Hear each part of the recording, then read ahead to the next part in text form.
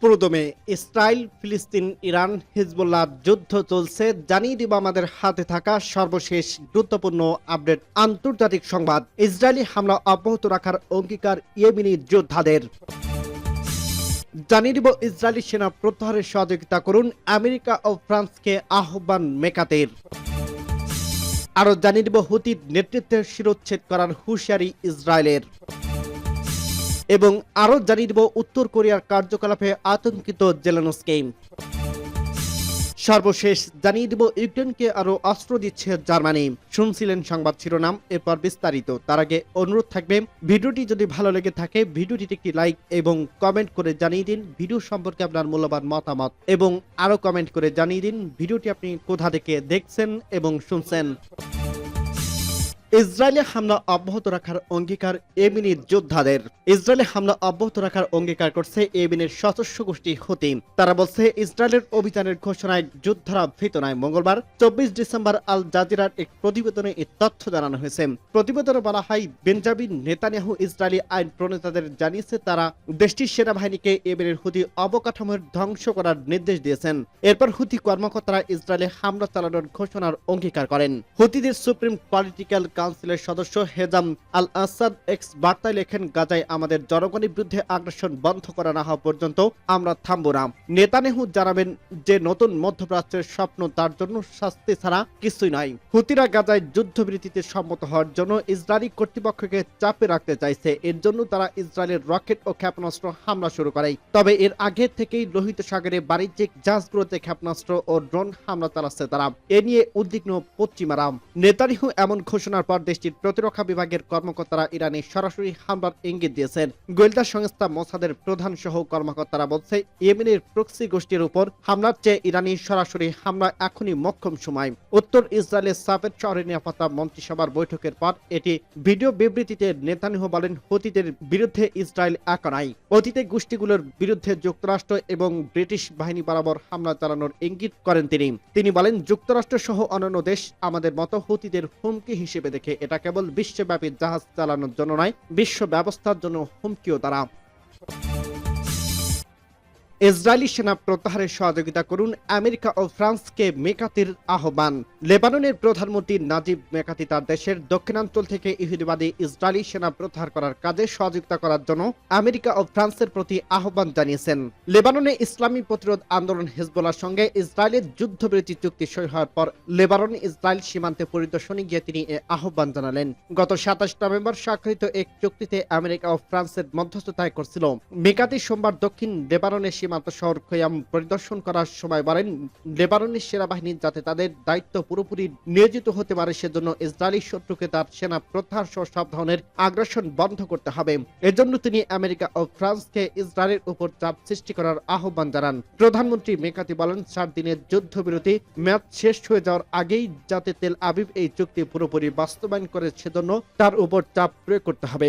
এখনো ইসরায়েলি সেনারা দক্ষিণ লেবাননের প্রতিদিন যুদ্ধবিরতি লঙ্ঘন করে যাচ্ছে বলে অভিযোগ করছে দেশটির প্রধানমন্ত্রী। এই ব্যাপারে তিনি আন্তর্জাতিক সমাজের হস্তক্ষেপ কামনা করেন। গত 27 নভেম্বর সকাল থেকে লেবানন হিজবুল্লাহর সঙ্গে ইসরায়েলের যুদ্ধবিরতি চুক্তি বাস্তবায়ন শুরু হয়। চুক্তি অনুসারে 7 দিনের মধ্যে দক্ষিণ লেবানন থেকে সকল সেনা প্রত্যাহার করে নেবে ইহুদিবাদী সরকার। সেই সঙ্গে লেবানন ইসরায়েল সীমান্তবর্তী এলাকায় জাতিসংঘ শান্তিরক্ষীদের পাশাপাশি লেবাননের সেনাবাহিনী মোতায়েন করা হবে। ওই যুদ্ধের চুক্তি অনুযায়ী দক্ষিণ লেবাননে আর কোনো আগ্রাসন চালাবে না প্রতিশ্রুতি দেয় তেল আবিব, কিন্তু তা এখন পর্যন্ত বহুবার লঙ্ঘন করছে এই দখলদার সরকার। সূত্র পার্স টুডে।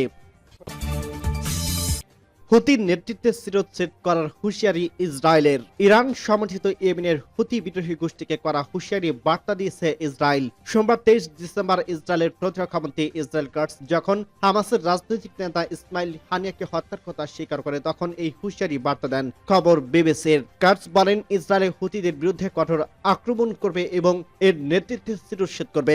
তিনি বলেন, যেমনটি আমরা হানিয়া সিনওয়ার এবং হাসান নাসরুল্লাহকে করছিলাম তেহরান, গাজা এবং লেবাননে। সেটি আমরা করব। হোডেইডা এবং সানায় চলতি বছর নিহত হিজবুল্লাহ এবং হামাস নেতাদের প্রসঙ্গে উল্লেখ করে তিনি বলেন, ইসরায়েলি প্রতিরক্ষা মন্ত্রী বলেন, এখনকার দিনগুলোর হুতি সন্ত্রাসী গোষ্ঠী তখন ইসরায়েলের ক্ষেপণাস্ত্র ছুড়ছে। আমি স্পষ্ট করে তাদের বার্তা দিতে চাই, আমরা হামাসকে পরাজিত করছি, আমরা হিজবুল্লাহকে পরাজিত করছি, আমরা ইরানের প্রতিরক্ষা ব্যবস্থা অন্ধ করে দিয়েছি এবং তাদের উৎপাদন ব্যবস্থা ক্ষতিগ্রস্ত করছি, আমরা সিরিয়ার আসাদ শাসনের পতন ঘটিয়েছি। লেবাননের উত্তর পশ্চিমাঞ্চলে হুতিদের নিয়ন্ত্রণে গত বছরের 7 অক্টোবরে গাজায় ইসরায়েলি সামরিক আগ্রাসন শুরুর পর থেকে তারা লোহিত সাগরে ইসরায়েলি ও আন্তর্জাতিক জাহাজগুলোতে হামলা শুরু করছিল। তারা গাজার যুদ্ধ শেষ না হওয়া পর্যন্ত লড়াই চালিয়ে যাওয়ার ঘোষণা দিয়েছে। গত শনিবারে ইসরায়েলের সামরিক বাহিনী জানিয়েছে ইয়েমেন থেকে ছোড়া একটি ক্ষেপণাস্ত্র তারা ভূপাতিত করতে পারেনি এবং এটি তেল আবিবের একটি পার্কে আঘাত করছে। উত্তর কোরিয়ার কার্যকলাপে আতঙ্কিত জেলেনস্কি। ইউক্রেন যুদ্ধে রাশিয়ার হয়ে লড়াই করছে উত্তর কোরিয়ার সেনারা। তাদের অগ্রগতি দল ইতিমধ্যে 12 ধরনের অভিযানে অংশ নিয়েছে এবং ঘটছে হতাহতের ঘটনা। এ নিয়ে ইউক্রেন ও পশ্চিমা মিত্রদের উদ্বিগ্নতার মধ্যেই নতুন তথ্য এলো। সেই তথ্যে আতঙ্কিত ইউক্রেনের প্রেসিডেন্ট ভ্লাদিমির জেলেনস্কি। রয়টার্সের প্রতিবেদনে বলা হয়, স্থানীয় সময় সোমবার 23 ডিসেম্বর জেলেনস্কি দাবি করছে উত্তর কোরিয়া রাশিয়া আর সৈন্য ও সামরিক সরঞ্জাম পাঠাতে পারে, এতে যুদ্ধের তীব্রতা বাড়বে। ইউক্রেনের প্রেসিডেন্ট ভ্লাদিমির জেলেনস্কি জানিয়েছে রাশিয়ার তুরস্ক অঞ্চলে 3000-এর বেশি উত্তর কোরীয় সৈন্য নিহত ও আহত হয়েছে। পিয়ংইয়ং মস্কোর সেনাবাহিনীর জন্য আরো সেনা ও সরঞ্জাম পাঠাতে পারে। তিনি বলেন, উত্তর কোরিয়ার রাশিয়ার সেনাবাহিনীতে অতিরিক্ত সৈন্য ও সামরিক সরঞ্জাম পাঠানোর আশঙ্কা রয়েছে। এই ব্যাপারে সতর্ক থাকতে হবে, আমরা এই বিষয়ে কার্যকর প্রতিক্রিয়া দেখাবো। জেলেনস্কি তার শীর্ষ সামরিক কমান্ডার আলেকজান্ডার সিরিস্কির কাছ থেকে একটি প্রতিবেদনে পাওয়ার পর এক্স বার্তায় এসব দাবি করেন। জেলেনস্কি বিপুল উত্তর কোরিয়ার সেনা নিহত দাবি করে দক্ষিণ কোরিয়ার তথ্য বলছে অন্য কিছু।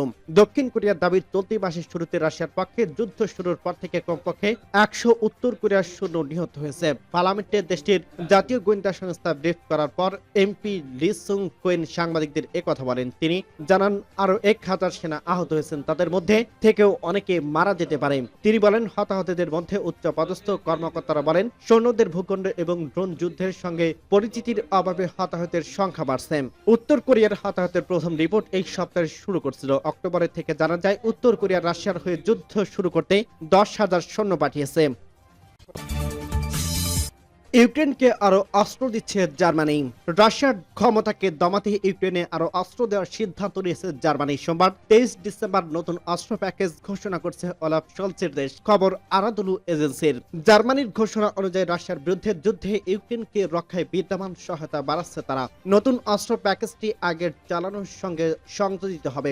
এবার পেতে যাওয়া অস্ত্রের মধ্যে রয়েছে 15টি লিওপার্ড 1 এবং 5টি ট্যাঙ্ক, 2টি প্রোপার্ড অ্যান্টি এয়ারক্রাফট ট্যাঙ্ক, একটি শতলিত হাউইটজার, 2টি আইরিস-টি অ্যান্টি এয়ারক্রাফট সিস্টেম এবং 2টি ব্যাটারি ক্ষেপণাস্ত্র উৎক্ষেপণ ব্যবস্থা। এসব অস্ত্র ইউক্রেনকে যুদ্ধক্ষেত্রে বিশেষ সুবিধা দেবে বলে আশা করা হচ্ছে। ইউক্রেনের বিরুদ্ধে রাশিয়া সম্প্রতি ড্রোন ও ক্ষেপণাস্ত্র হামলা বাড়িয়েছে। প্রায় প্রতিদিন শহরগুলোতে রাশিয়ার ক্ষেপণাস্ত্র আঘাত হানছে। এই পরিস্থিতিতে জার্মান বিমান প্রতিরক্ষা ব্যবস্থা কিয়েভের জন্য অত্যন্ত গুরুত্বপূর্ণ, বা এটিকে আশীর্বাদ বলা চলে। বার্লিনের তথ্য মতে 2023 সালে অতিরিক্ত আইসিটি সিস্টেমের সরবরাহের প্রতিশ্রুতি দেওয়া হয়েছিল। এই প্রতিশ্রুতির বাস্তবায়ন করা হবে। এখন জার্মানি ইউক্রেনকে প্রপার্ড অ্যান্টি এয়ারক্রাফট ট্যাঙ্কগুলোর জন্য অতিরিক্ত 65,000 রাউন্ড অ্যান্টি এয়ারক্রাফট ট্যাঙ্ক, গোলাবারুদ এবং অন্যান্য অস্ত্রের অতিরিক্ত গোলাবারুদ সরবরাহ করছে। এছাড়া জার্মানি আকাশ থেকে আকাশে নিক্ষেপযোগ্য ক্ষেপণাস্ত্র সরবরাহ করবে। এই যুদ্ধ বিমানকে আকাশেই লক্ষ্যবস্তুতে পরিণত করতে আক্রমণ করতে সক্ষম।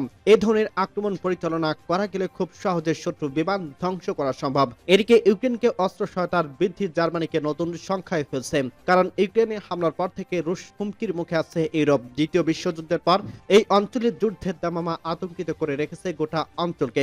আশঙ্কা করা হচ্ছে অদূর ভবিষ্যতে সামরিক জোট ন্যাটোর সঙ্গে সংঘাতে লিপ্ত হতে পারে মস্কো। এমন পরিস্থিতির মধ্যেই নতুন করে জার্মানিতে হামলা চালাতে পারে রাশিয়া, এ আশঙ্কা করছে দেশটির সরকার। ঠিক কবে নাগাদ এই হামলা করা হবে তা নিয়ে সতর্কবার্তা দেওয়া হচ্ছে জার্মানির সরকারের পক্ষ থেকে।